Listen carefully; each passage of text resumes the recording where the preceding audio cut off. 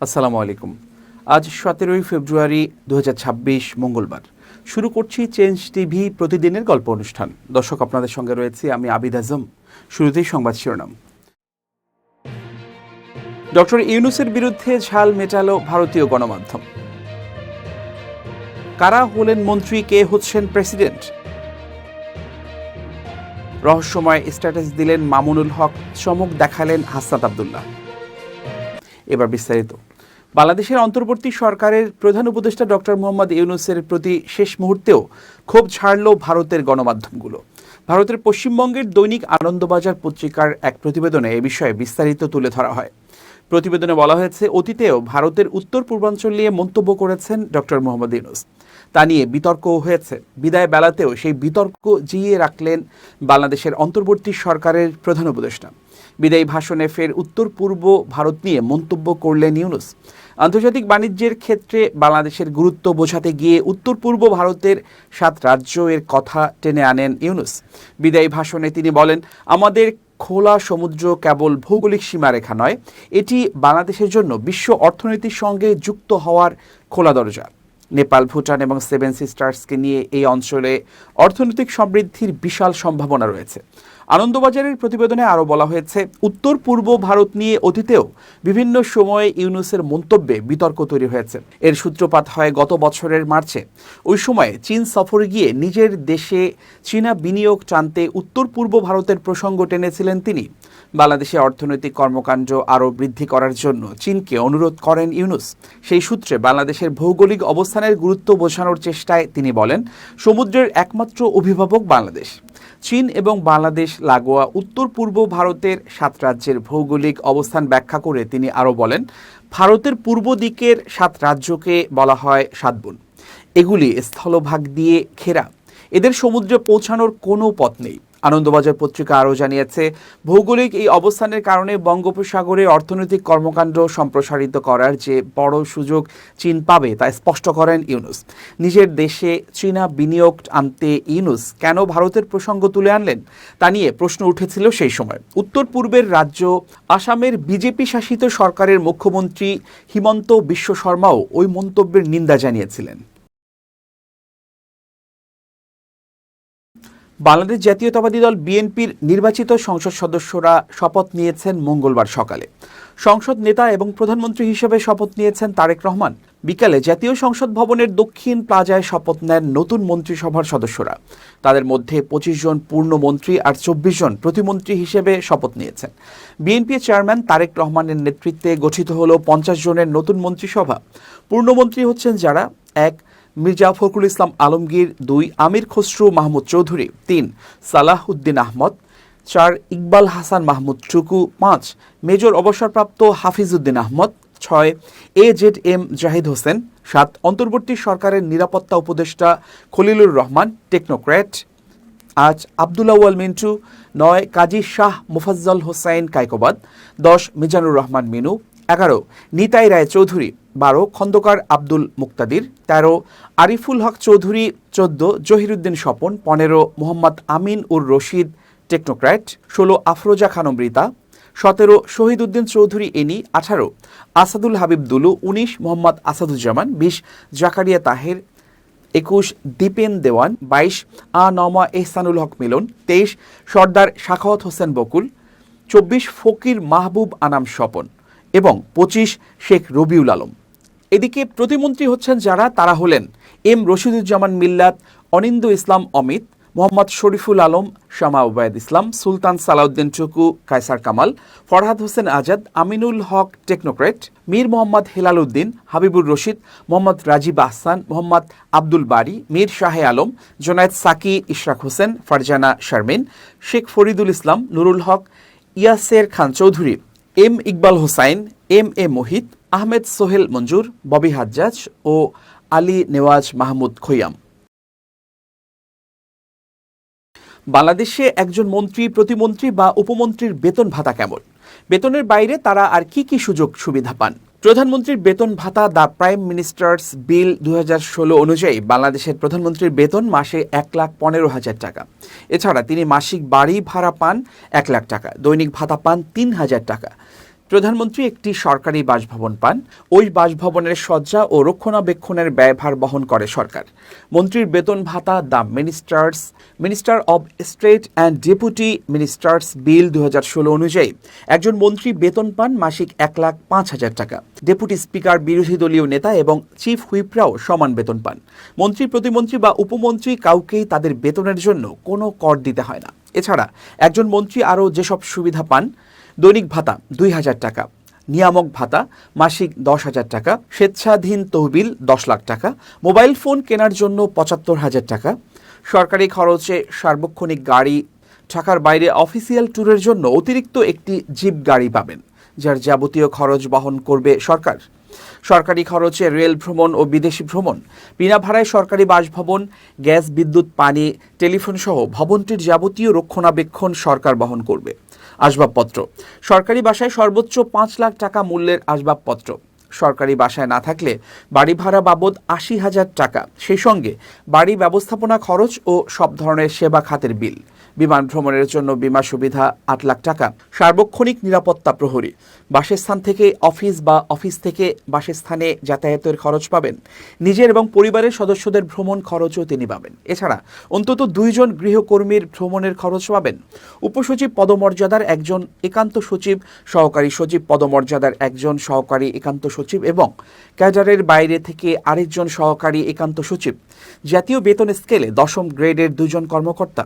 আরও পাবেন একজন জমাদার, একজন আরদালি, 2 জন MLSS, একজন পাচক বা পিয়ন। প্রতিমন্ত্রীর বেতন ভাতা, প্রতিমন্ত্রীদের বেতন প্রতি মাসে 92,000 টাকা। এই আয়ের ওপর কোনো কর নেই। এছাড়া তিনি আরও পাবেন দৈনিক ভাতা 1,500 টাকা, প্রতিমন্ত্রীর নিয়ামক ভাতা 7,500 টাকা, স্বেচ্ছাধীন তহবিল 7.5 লাখ টাকা, মোবাইল ফোন কেনার জন্য 75,000 টাকা, বিনা ভাড়ায় সরকারি বাসভবন, গ্যাস, বিদ্যুৎ, পানি, টেলিফোন সহ ভবনটির যাবতীয় রক্ষণাবেক্ষণ সরকার বহন করবে।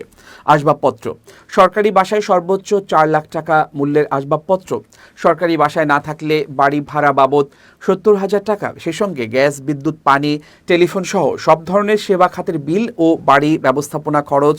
উপসচিব পদমর্যাদার একজন একান্ত সচিব, সহকারী সচিব পদমর্যাদার একজন সহকারী একান্ত সচিব এবং ক্যাডারের বাইরে থেকে আরেকজন সহকারী একান্ত সচিব। জাতীয় বেতন স্কেলে 10ম গ্রেডের 2 জন কর্মকর্তা। আরও পাবেন একজন জমাদার ও একজন আরদালি, 2 জন MLSS, একজন পাচক বা পিয়ন। উপমন্ত্রীর বেতন ভাতা, একজন উপমন্ত্রী বেতন পান 86,500 টাকা। তাকেও বেতন ভাতার জন্য কোনো কর দিতে হবে না। দৈনিক ভাতা 1,500 টাকা, নিয়ামক ভাতা 5,000 টাকা, স্বেচ্ছাধীন তহবিল 5.5 লাখ টাকা, মোবাইল ফোন কেনার জন্য 75,000 টাকা, বিনা ভাড়ায় সরকারি বাসভবন, গ্যাস, বিদ্যুৎ, পানি, টেলিফোন সহ ভবনটির যাবতীয় রক্ষণাবেক্ষণ সরকার বহন করবে। আসবাবপত্র, সরকারি বাসায় সর্বোচ্চ 4 লাখ টাকা মূল্যের আসবাবপত্র। সরকারি বাসায় না থাকলে বাড়ি ভাড়া বাবদ 70,000 টাকা, সেই সঙ্গে বাড়ি ব্যবস্থাপনা খরচ ও সব ধরনের সেবা খাতের বিল। সহকারী সচিব পদমর্যাদার একজন একান্ত সচিব এবং ক্যাডারের বাইরে থেকে আরেকজন সহকারী একান্ত সচিব। এছাড়া একজন ব্যক্তিগত সহকারী, একজন জমাদার ও একজন আরদালি, একজন MLSS, একজন পাচক বা পিয়ন। মন্ত্রী, প্রতিমন্ত্রী বা উপমন্ত্রী হিসেবে দায়িত্ব পালনের পাশাপাশি যারা সংসদ সদস্য হিসেবে নির্বাচিত হয়েছে তারা আরও কিছু অতিরিক্ত সুবিধা পাবেন। বিএনপির উচ্চ পর্যায়ের একাধিক সূত্র নিশ্চিত করেছে যে রাষ্ট্রপতি পদের জন্য দলটির স্থায়ী কমিটির সদস্য ডক্টর খোন্দকার মোশাররফ হোসেনের নাম সবচেয়ে জোরালোভাবে বিবেচনায় রয়েছে। ৭৯ বছর বয়সী এই প্রবীণ রাজনীতিক কুমিল্লা 1 আসন থেকে এবারও নির্বাচিত হয়েছেন। ঢাকা বিশ্ববিদ্যালয়ের ভূতত্ত্ব বিভাগের সাবেক এই অধ্যাপক এর আগে জ্বালানি ও স্বাস্থ্যমন্ত্রীর দায়িত্ব পালন করেছেন এবং মহান মুক্তিযুদ্ধের সময় প্রবাসে জনমত গঠনে অগ্রণী ভূমিকা রেখেছেন। ইতিপূর্বে দলীয় সমাবেশেও তাকে হবু রাষ্ট্রপতি হিসেবে উল্লেখ করার নজির রয়েছে। রাষ্ট্রপতি পদের দৌড়ে আলোচনায় আছেন বিএনপির আরেক প্রভাবশালী স্থায়ী কমিটির সদস্য নজরুল ইসলাম খান। সদ্য সমাপ্ত নির্বাচনে বিএনপির নির্বাচন পরিচালনা কমিটির আহ্বায়কের দায়িত্ব পালন করা এই নেতাকে অবশ্য রাষ্ট্রপতির পরিবর্তে প্রধানমন্ত্রীর রাজনৈতিক উপদেষ্টা করার পরামর্শ রয়েছে দলের ভেতরে। এদিকে বর্তমানে রাষ্ট্রপতি মোহাম্মদ শাহাবুদ্দিন চুপ্পুর পদত্যাগের বিষয়টি প্রায় নিশ্চিত। গত ডিসেম্বরে রয়টার্সকে দেয়া সাক্ষাৎকারে তিনি নিজেই সরে দাঁড়ানোর ইচ্ছা পোষণ করেছেন। 2028 সাল পর্যন্ত তার সাংবিধানিক মেয়াদ থাকলেও পরিবর্তিত রাজনৈতিক পরিস্থিতিতে তিনি যে কোনো সময় পদত্যাগ করতে পারেন বলে ধারণা করা হচ্ছে। ত্রয়োদশ জাতীয় সংসদ নির্বাচনে নবনির্বাচিত সংসদ সদস্যরা শপথ পাঠের পর এক রহস্যময় স্ট্যাটাস দিয়েছেন বাংলাদেশ খেলাফত মজলিসের আমির মাওলানা মামুনুল হক। মঙ্গলবার নিজের ভেরিফাইড ফেসবুকে এক পোস্টে রহস্যময় বার্তা দেন তিনি। ফেসবুক পোস্টে মামুনুল হক বলেন, এজন্যই আমরা গণভোট আগে চেয়েছিলাম। এদিকে ত্রয়োদশ জাতীয় সংসদ নির্বাচনের দ্বিতীয় ধাপে শপথ গ্রহণ করেছেন জামাত ও স্বতন্ত্র সংসদ সদস্যরা।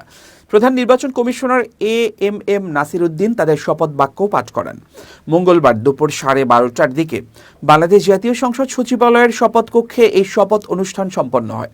শপথ অনুষ্ঠানে দেশি ও বিদেশি অতিথিরা অংশ নেন। এর আগে প্রথম ধাপে শপথ গ্রহণ করেন বিএনপির নবনির্বাচিত সংসদ সদস্যরা। তারা বেলা 11:15টার দিকে বাংলাদেশ জাতীয় সংসদ সচিবালয়ের শপথ কক্ষে শপথ গ্রহণ করেন। ত্রয়োদশ জাতীয় সংসদ নির্বাচনের দ্বিতীয় ধাপে নবনির্বাচিত সংসদ সদস্য হাসনাত আবদুল্লাহ সংসদে শপথ নিলেন আইকনিক সবুজ জার্সি গায়ে। মঙ্গলবার দুপুর 12:30টার দিকে বাংলাদেশ জাতীয় সংসদ সচিবালয়ে এর শপথ কক্ষে শপথ অনুষ্ঠান সম্পন্ন হয়। প্রধান নির্বাচন কমিশনার এএমএম নাসির উদ্দিন সংসদ সদস্যদের শপথ বাক্য পাঠ করান। অনুষ্ঠানে দেশি ও বিদেশি অতিথিরাও উপস্থিত ছিলেন। হাসনাত আবদুল্লাহ যে জার্সি পরে শপথ গ্রহণ করেছেন তা সবুজ রঙের। সামনে লেখা তার নিজের নাম এবং বাম দিকের ওপরের অংশে ফুটে ওঠে ঢাকা বিশ্ববিদ্যালয়ের লোগো। পেছনে লেখা ছিল তার নাম হাসনাত ও নম্বর 10। এর আগে তিনি এই জার্সি পরে নতুন রাজনৈতিক দল জাতীয় নাগরিক পার্টির আত্মপ্রকাশ অনুষ্ঠানে উপস্থিত ছিলেন। সূত্র অনুযায়ী শপথ গ্রহণের পর তিনি বিএনপির সংসদীয় দলের বৈঠকে অংশ নিয়ে সংসদ নেতা হিসেবে তারেক রহমানকে আনুষ্ঠানিকভাবে নির্বাচিত করতে সহায়তা করবেন। আজ বিকেলে সংসদ ভবনের দক্ষিণ প্লাজায় প্রধানমন্ত্রী হিসেবে তারেক রহমান এবং নতুন মন্ত্রিসভার সদস্যরা শপথ নেবেন। সন্ধ্যায় মন্ত্রিপরিষদ বিভাগ থেকে নতুন মন্ত্রীদের দপ্তর বণ্টন ও আনুষ্ঠানিক প্রজ্ঞাপন জারি করা হবে। জুলাই সনদ ও অভ্যুত্থানের আকাঙ্ক্ষার সঙ্গে গাদ্দারি করে বিএনপি সরকারের যাত্রা শুরু হলো বলে মন্তব্য করেছেন জাতীয় নাগরিক পার্টির উত্তরাঞ্চলীয় মুখ্য সংগঠক সার্জিস আলম।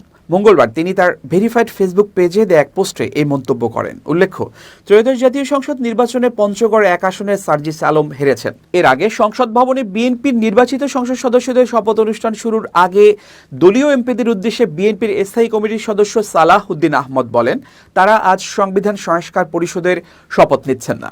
সালাউদ্দিন আহমদ সাদা ও নীল রঙের 2টি ফরম হাতে নিয়ে বলেন, আমরা কেউ সংবিধান সংস্কার পরিষদের সদস্য নির্বাচিত হইনি এবং সংবিধানে এখনও এটা ধারণা করা হয়নি। গণভোটের রায় অনুযায়ী সংবিধান সংস্কার পরিষদ গঠিত হলে সেটা সংবিধানের আগে ধারণ করতে হবে এবং সংবিধান সংস্কার পরিষদের সদস্যকে কে শপথ নেয়াবেন সেটার বিধানও করতে হবে। এমন ফরম সংবিধানের 3য় তফসিলে আসবে। সেগুলো সাংবিধানিকভাবে সংসদে গৃহীত হওয়ার পর সংবিধান সংস্কার পরিষদের সদস্যদের শপথ নেয়ার বিধান করা যাবে। আমরা সংবিধান মেনে এ পর্যন্ত চলেছি, আশা করি সামনের দিনেও চলব বলে উল্লেখ করেছেন তিনি। সালাউদ্দিন আহমদ বলেছেন, আমি মাননীয় চেয়ারম্যানের নির্দেশে ওনার উপস্থিতিতে আমার দলীয় সিদ্ধান্ত জানালাম। প্রিয় দর্শক, এবার খুব জরুরি 1 মিনিট জানাচ্ছেন আমিরুল মোমেনিন মানিক। খুব জরুরি 1 মিনিটে প্রত্যেককে আমন্ত্রণ।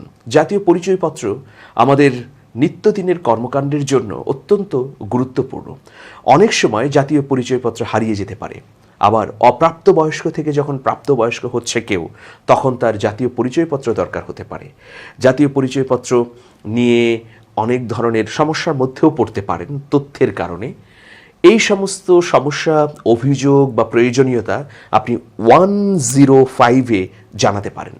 এটা 2015 সাল থেকে চালু হয়েছে। নির্বাচন কমিশন কর্তৃক চালু হওয়া 105 নম্বরে যে কোনো মোবাইল ফোন থেকে যোগাযোগ করতে পারবেন। যোগাযোগ করে জাতীয় পরিচয়পত্র সংক্রান্ত যে কোনো তথ্য জানতে চাওয়া, যে কোনো অভিযোগ দেওয়া অথবা যে কোনো প্রত্যাশার কথা ব্যক্ত করা যাবে। সবাই ভালো থাকবেন। শুভেচ্ছা নিরন্তর। এবার আন্তর্জাতিক সংবাদ।